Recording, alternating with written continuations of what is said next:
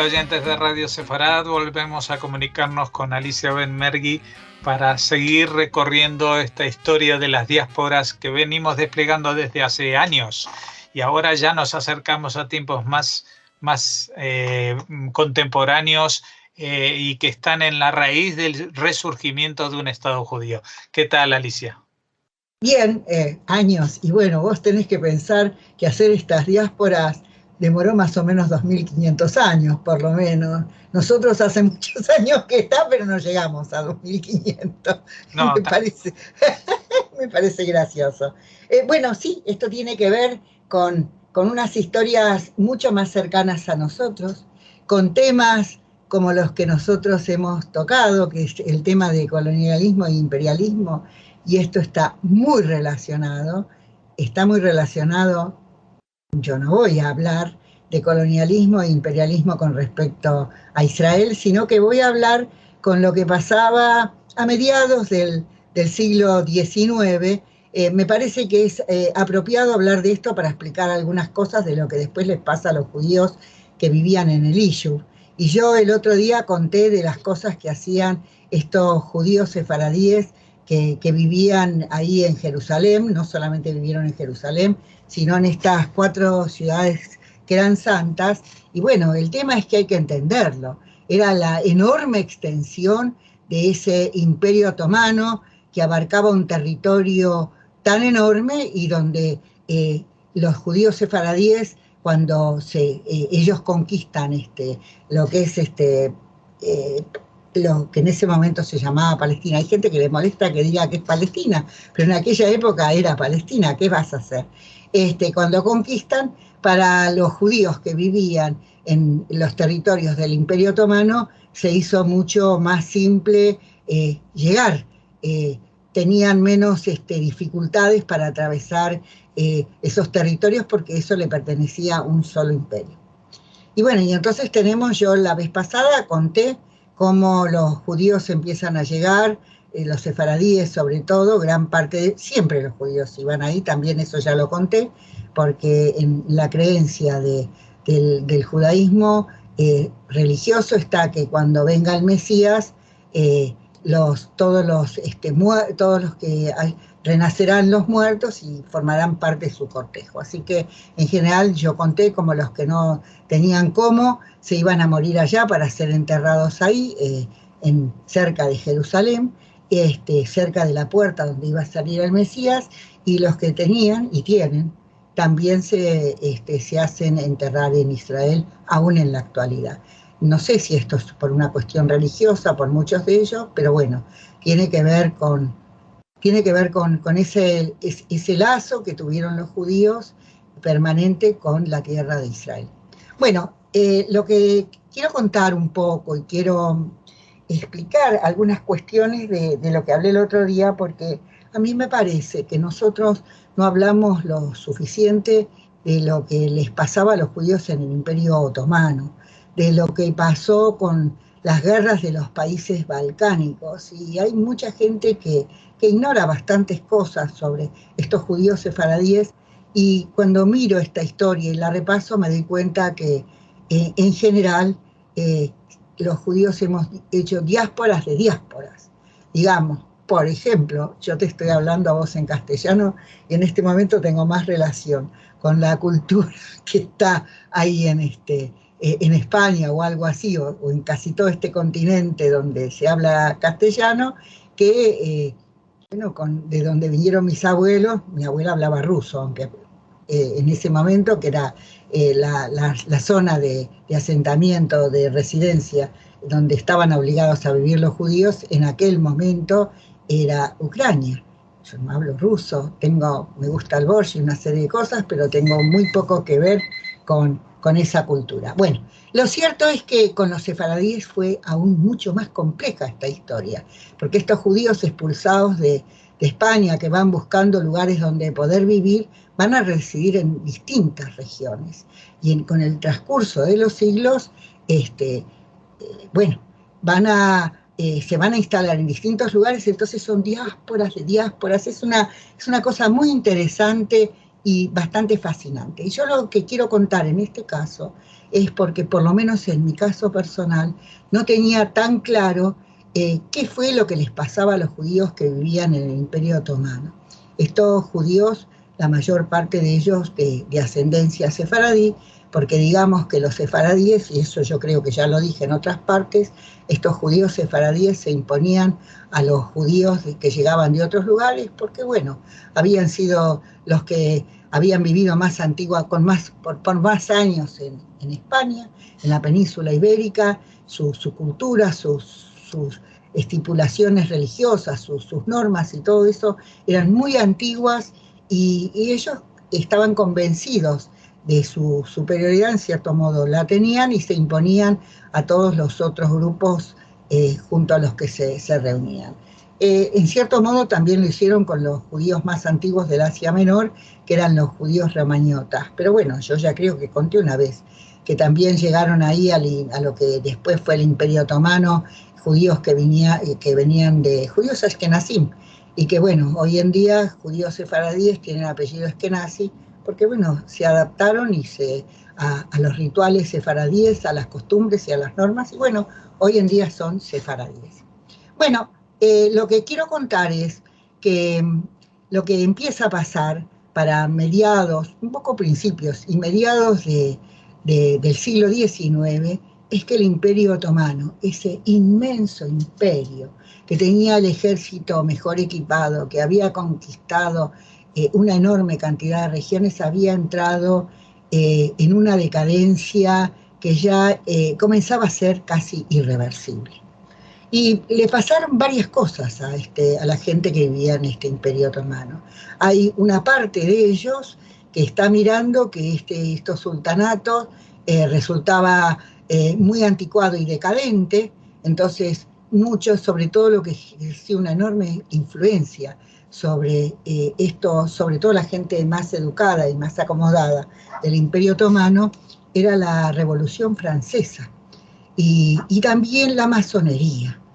Entonces acá empiezan los que pueden, se van a Francia, se educan, lo que son las clases acomodadas, empiezan a copiar ese estilo que tenían los franceses, y Francia se convierte como una capital cultural de todo esto. Entonces hay toda una mirada que necesita de esta gente, que es donde se empiezan a editar libros, vienen imprentas, estas imprentas empiezan a traducir los libros, y entonces también el iluminismo francés, la ilustración, también va a tener una influencia en muchos sectores sociales. Yo estoy hablando de los más acomodados, de los que van a ser más educados, y entonces va a pasar una cosa que cuando uno empieza a estudiar y a relacionar lo que sabe con lo que conoce, se da cuenta que, por ejemplo, al mismo tiempo que va a surgir la Alianza Israelita Universal, que quiere educar a los hijos de los judíos para que no sean gente absolutamente ignorante y analfabeta en todos estos países, en todas estas regiones, digamos, del mundo, donde los sectores populares son absolutamente ignorantes, también tiene que ver con cómo se van a crear escuelas. También en Turquía, no estoy hablando para los judíos, estoy hablando para la población, cómo hay todo un cambio de mirada y un cambio que intentan, incluso los sultanes, modernizar la educación, los modos de vida y también incluso los ejércitos. Bueno, en esto que va a pasar va a surgir un sector de jóvenes a los que van a ser los que se van a llamar los jóvenes turcos. Estos jóvenes turcos, lo que hay que decir que están también influidos por la masonería y tienen también toda una mirada que quieren, si va a tener que existir una monarquía, quieren que sea una monarquía constitucional. Y además empiezan a pasar cosas contrapuestas bastante complejas. ¿Estoy contando, se entiende con claridad lo que estoy contando hasta ahora, Jorge? Creo que sí.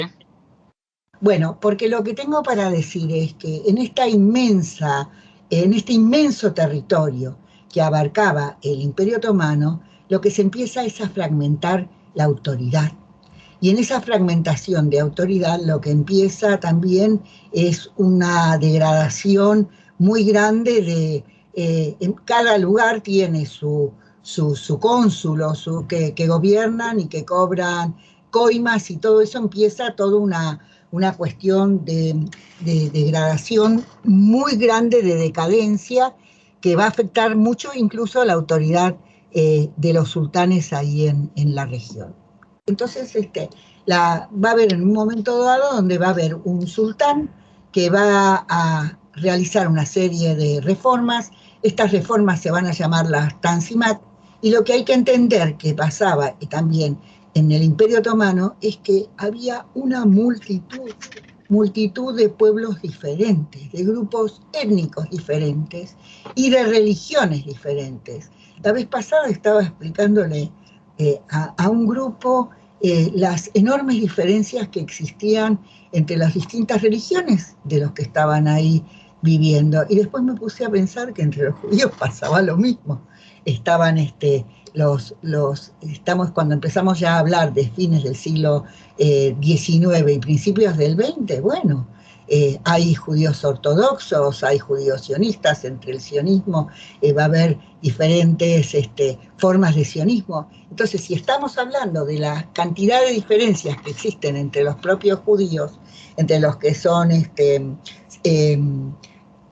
los que son religiosos, los que son tradicionalistas, los que se van a hacer con el tiempo comunistas, en fin, va a haber. Entonces, ¿por qué no pensarlo para el resto de ese territorio? Y había tres grupos ahí importantes. El más numeroso y el más poderoso económicamente era el de los armenios.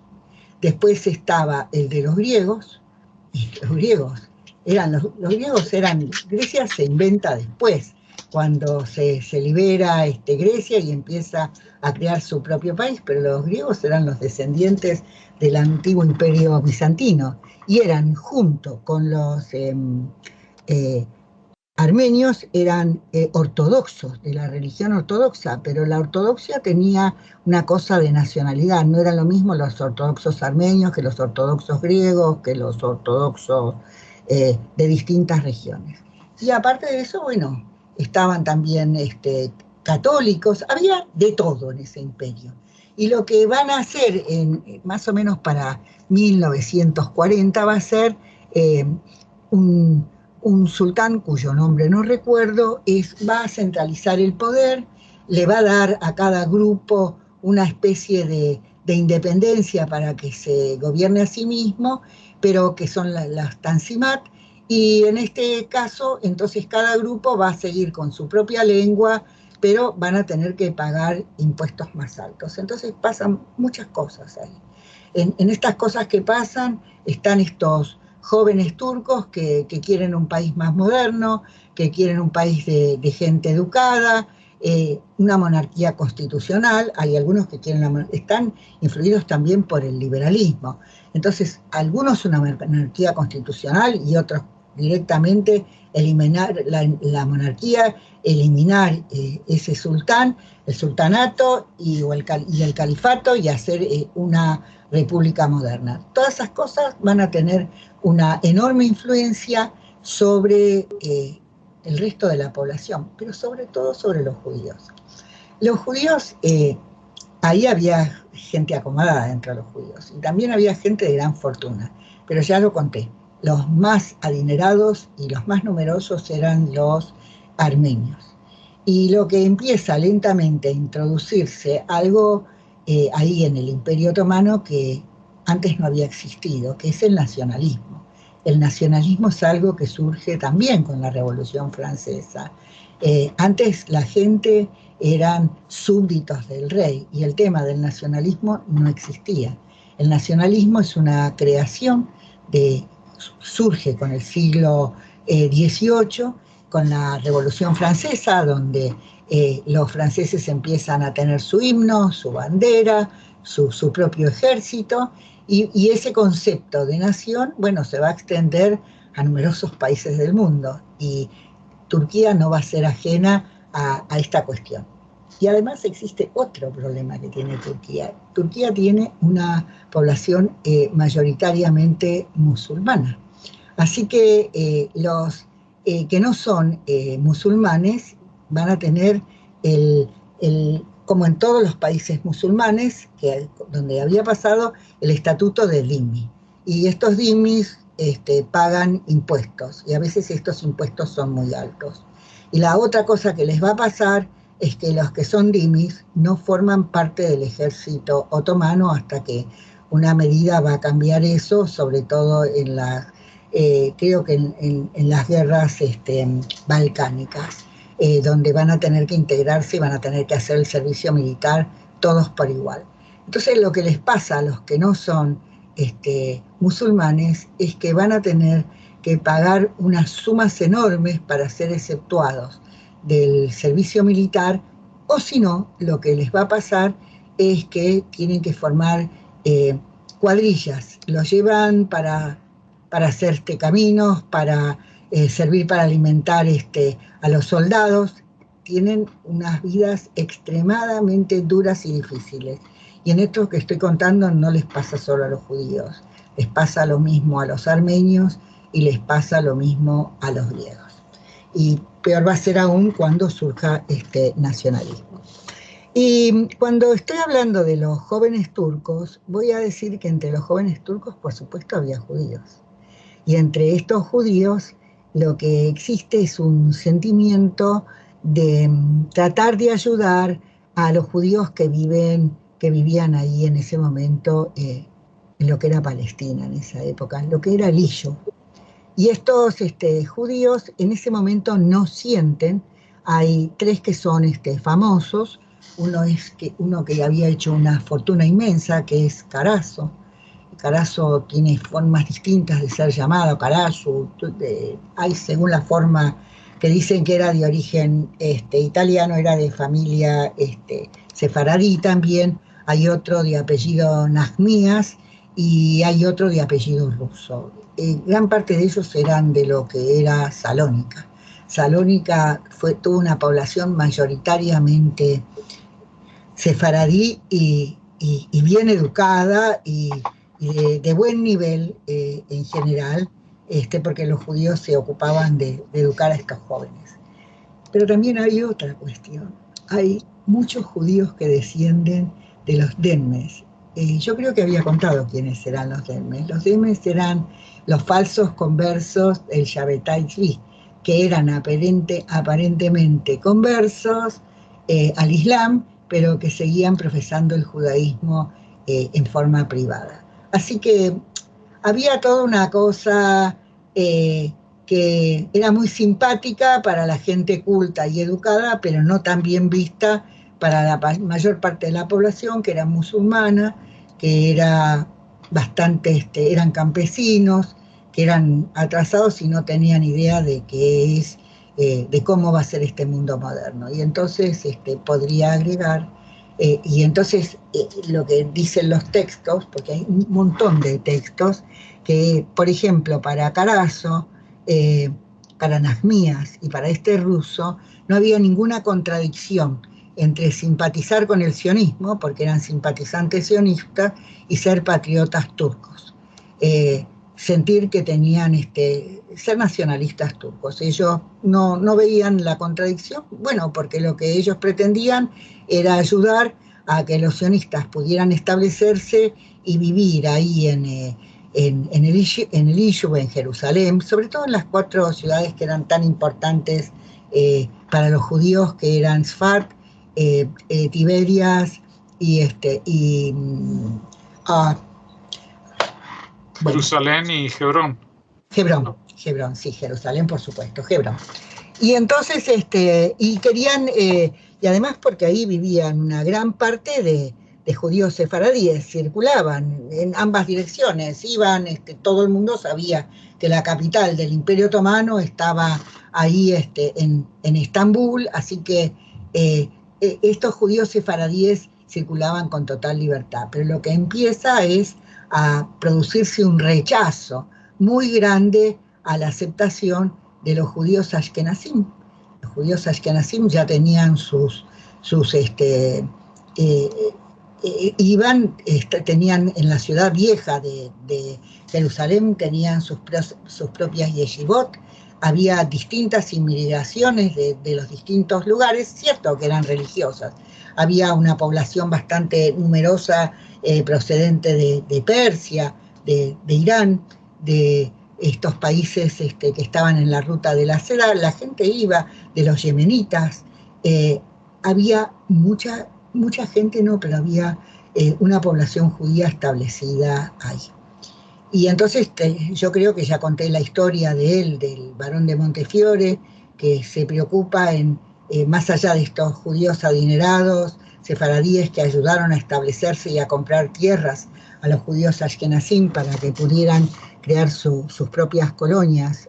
La más importante fue la de Zichron Yaakov. El otro día hablamos de los judíos sionistas, que eran rabinos y gente muy importante, que lo que querían era que los judíos tuvieran un lugar donde vivir pacíficamente, porque más allá de que es cierto, yo leo cosas así de la prensa, de la prensa turca. Entonces dice que los judíos pudieron vivir mejor con los turcos en el Imperio Otomano que con los cristianos. En algunas partes sí, en la mayor parte de ellas. Pero tampoco es que los quisieran demasiado ni que los trataran demasiado bien. Y después, cuando aparece la República Turca, lo que se hace presente y muy visible es un feroz antisemitismo. No voy a decir que Kemal Atatürk fue antisemita, pero bueno, tenía muchos problemas de los cuales ocuparse para ocuparse solo de lo que les pasaba a los judíos. Y entonces empieza a pasar que cómo se compadece o cómo pueden hacer estos judíos para lograr que se les dé porque había algunos que directamente pedían que para estos judíos ashkenazim, los que vivían en Rusia, pudieran tener la nacionalidad otomana y que pudieran tener un rincón viviendo ahí de acuerdo a sus propias creencias en el lugar de origen del judaísmo. Tengo que contar algo más porque se me estaba olvidando y esto es muy importante. A la República, al Imperio Otomano, le decían el viejo enfermo de Europa o algo por el estilo. Cuando se reúnen en 1880 en Berlín, las apetencias por el Imperio Otomano están muy presentes. Los ingleses apetecían ocuparse y tomar parte de territorio otomano. De hecho, cuando ocupan lo que es Medio Oriente y toman Israel y todo eso, se cumple ese designio.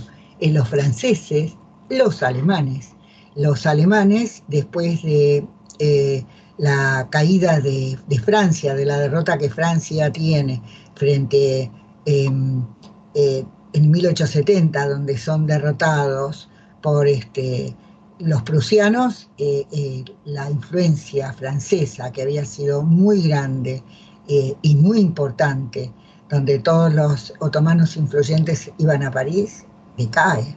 Y lo que va a surgir es una nueva potencia, y esta nueva potencia, que va a tener una influencia muy grande en el Imperio Otomano, es Alemania. Y Alemania tiene también sus apetencias con respecto al Imperio Otomano, y el otro que está apeteciendo apoderarse del Imperio Otomano, que lo está mirando, es el zarismo ruso. No por nada estalla la guerra de Crimea. La guerra de Crimea, en este caso, Rusia y Francia, Alemania, Inglaterra y Francia apoyan al Imperio Otomano frente a la apetencia de los rusos. Pero bueno, Rusia siempre había sido la potencia temida por los ingleses, porque los ingleses siempre temían que Rusia llegara a la India y se quedara con la India. Y la verdad que Rusia tenía esas apetencias. ¿Por qué estalla esa guerra de Crimea en la que murió tanta gente? Murieron judíos también. Y ahí fueron a luchar también los judíos aprisionados por el cantonismo, los que los raptaban los cosacos y se los llevaban, no eran los cosacos, era el gobierno ruso que se los llevaba forzadamente a los hijos de los judíos a formar parte del ejército. ¿Tengo tiempo para seguir hablando y contando estas cosas? Creo que no, mejor ya la dejamos para la próxima entrega, el resto. Bueno, pero lo que sí quiero decir es que había, no estaba mal en lo que pensaba y lo que creía el Imperio Otomano, que había mucha gente que le apetecía mucho quedarse con lo que era su territorio. Y bueno, y eso va a ser muy visible en el 15, con lo que va a ser la batalla de Galípoli y las cosas que pasaron ahí. Pero eso lo vamos a seguir hablando en nuestro próximo encuentro, ¿sí? Claro que sí. Pues muchas gracias por habernos atendido y vamos a seguir transitando estos tramos de la historia de las diásporas ya más cercanos a nuestra época dentro de 2 semanas. Hasta entonces, muchas gracias, Alicia Ben-Mergui. Muchas gracias a vos y hasta nuestro próximo encuentro. Y un saludo grande a toda la gente que nos escucha.